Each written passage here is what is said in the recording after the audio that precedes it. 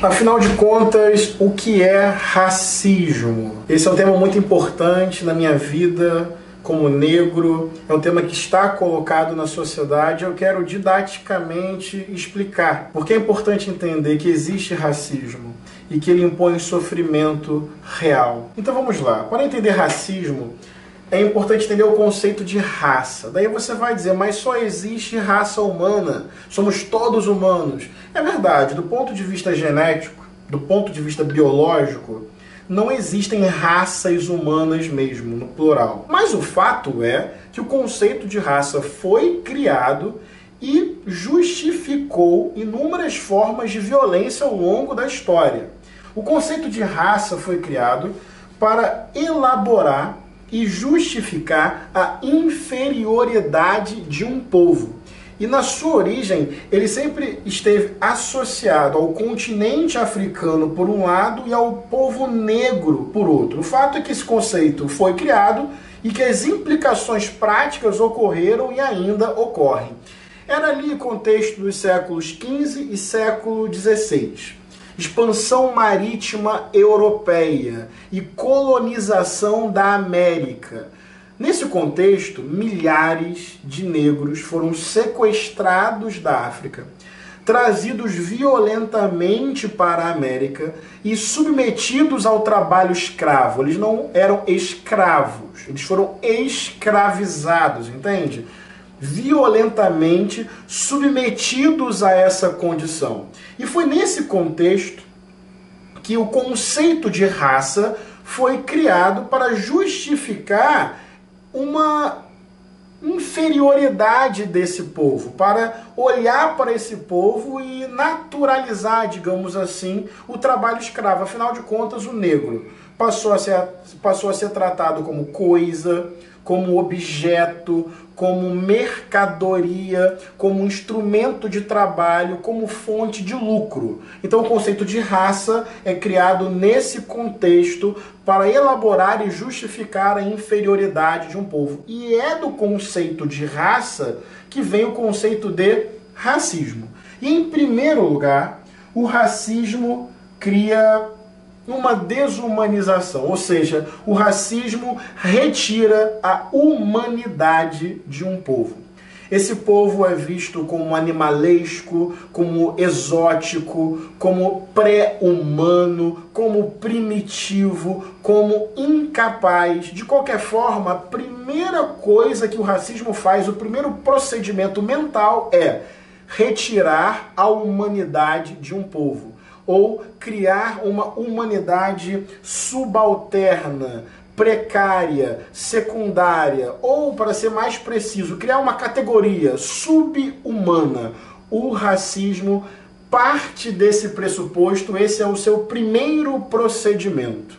Logo depois, em segundo lugar, o racismo só reconhece o outro pela diferença. Ou seja, se olhava para o povo negro a partir desse olhar europeu e branco, apenas percebendo, digamos assim, exotismo e coisas diferentes. Não se criava nenhuma conexão, nenhum traço comum, nada para se criar uma empatia, um reconhecimento de si no outro. Evidente, nós vivemos numa sociedade plural, a humanidade é plural.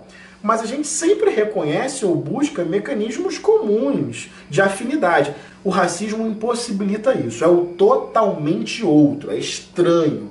Não se tem ali um ponto comum. Então, primeiro, se retira a humanidade, no olhar mesmo. Segundo, só se reconhece o outro pela dessemelhança ou pela completa diferença, a ausência de pontos comuns. Terceiro lugar, o que o racismo faz? Cria um sentimento de repulsa, de aversão e até mesmo de nojo. Nojo daquele corpo, nojo daquela cor, nojo daquele continente, nojo daquelas práticas culturais. O racismo que começa no olhar, na fabricação de um olhar que desumaniza o outro e que não reconhece pontos comuns, ele passa do olhar para as sensações. Ele passa do olhar para as emoções, ele cria emoção. Que emoção? De nojo, de repulsa, de aversão. E depois, em último lugar, em quarto lugar, o racismo elege o inimigo. Ele culpabiliza sempre o outro. Então, dentro daquele contexto, o negro era visto como inferior, animalesco, incapaz. Completamente diferente. Isso já criava nojo e repulsa. Mas também era visto como mau, como perverso, como produtor de violência. Então isso cria o imaginário não só da aversão, mas também o imaginário da culpabilização e da emoção. Aí, mais uma emoção produzida socialmente pelo racismo. O medo desse outro. A partir desses procedimentos, quais os efeitos do racismo, então? Primeiro, licença para falar o que quiser do outro. Sim, porque o racismo impõe silêncio ao povo que é alvo do racismo.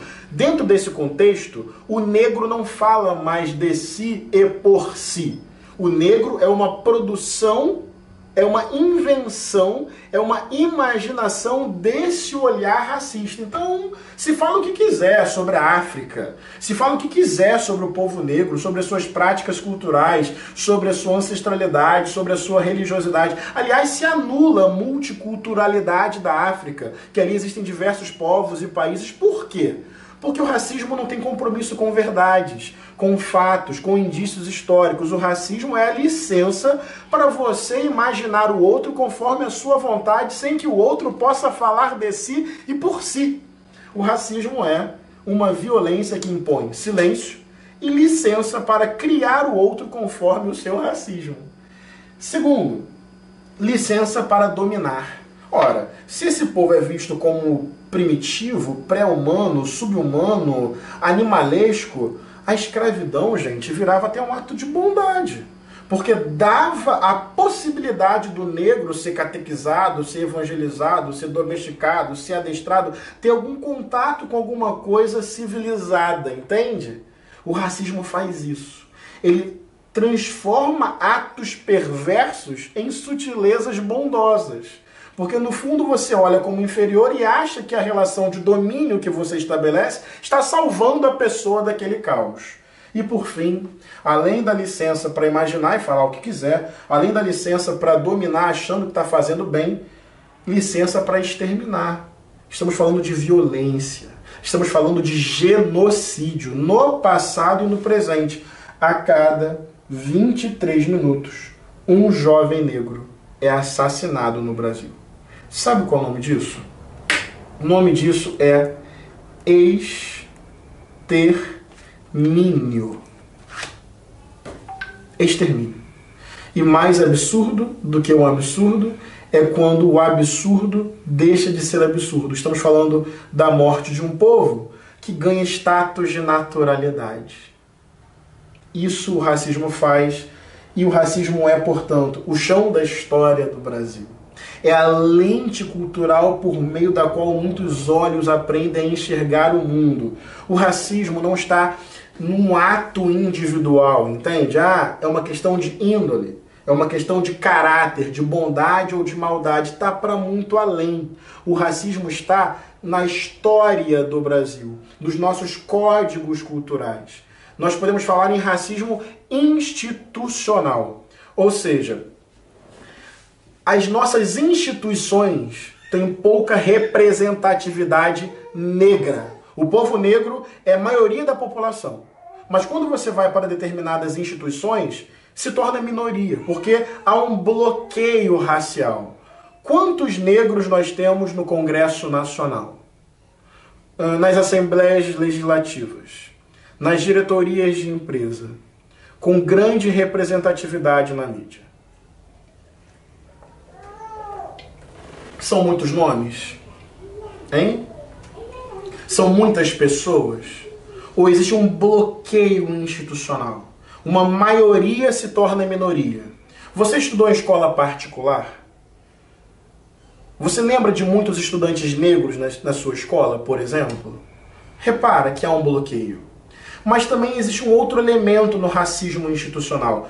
as instituições, além de pouca representatividade negra, elas criminalizam o povo negro. Isso fica muito evidente no judiciário. Há uma seletividade penal. Vamos ser sinceros. Um famoso papo íntegro. Um jovem branco flagrado com uma quantidade X de uma droga ilícita. Um jovem negro flagrado com a mesma quantidade X da mesma droga ilícita. Quem vai preso? Quem carrega a marca da culpa? Quem é suspeito? As nossas instituições trabalham na sua própria forma de agir, criminalizando o povo negro.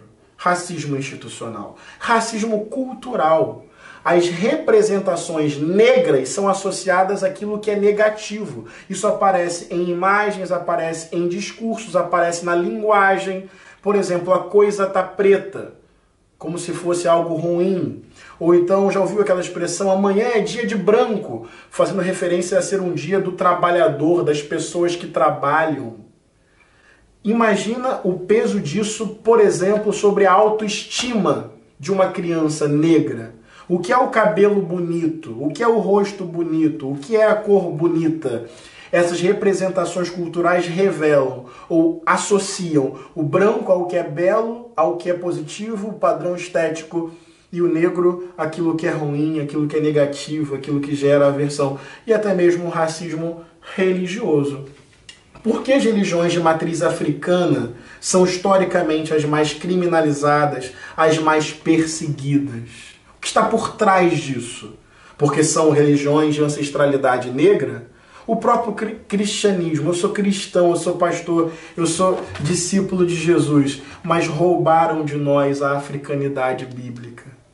O Jesus negro passa a ser incômodo, tem que ser explicado e justificado. O Jesus branco é natural.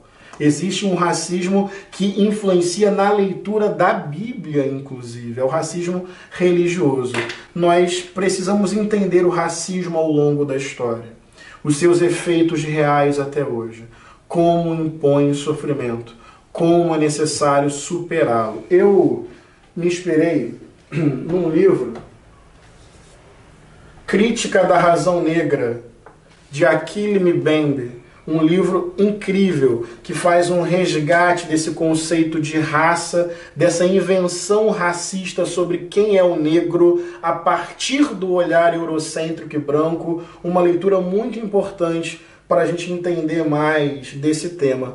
Para além da leitura ou das leituras que são necessárias, eu quero convidar você a ter sensibilidade e perceber no seu dia a dia como o racismo está presente no Brasil, talvez aí mais perto de você do que você possa imaginar. E eu não falo isso para gerar culpa, mas para gerar reflexão, para que a gente possa construir um outro caminho de Brasil. Só haverá futuro de paz se nós mexermos nessa ferida para tratá-la e curá-la de vez. Fraterno abraço.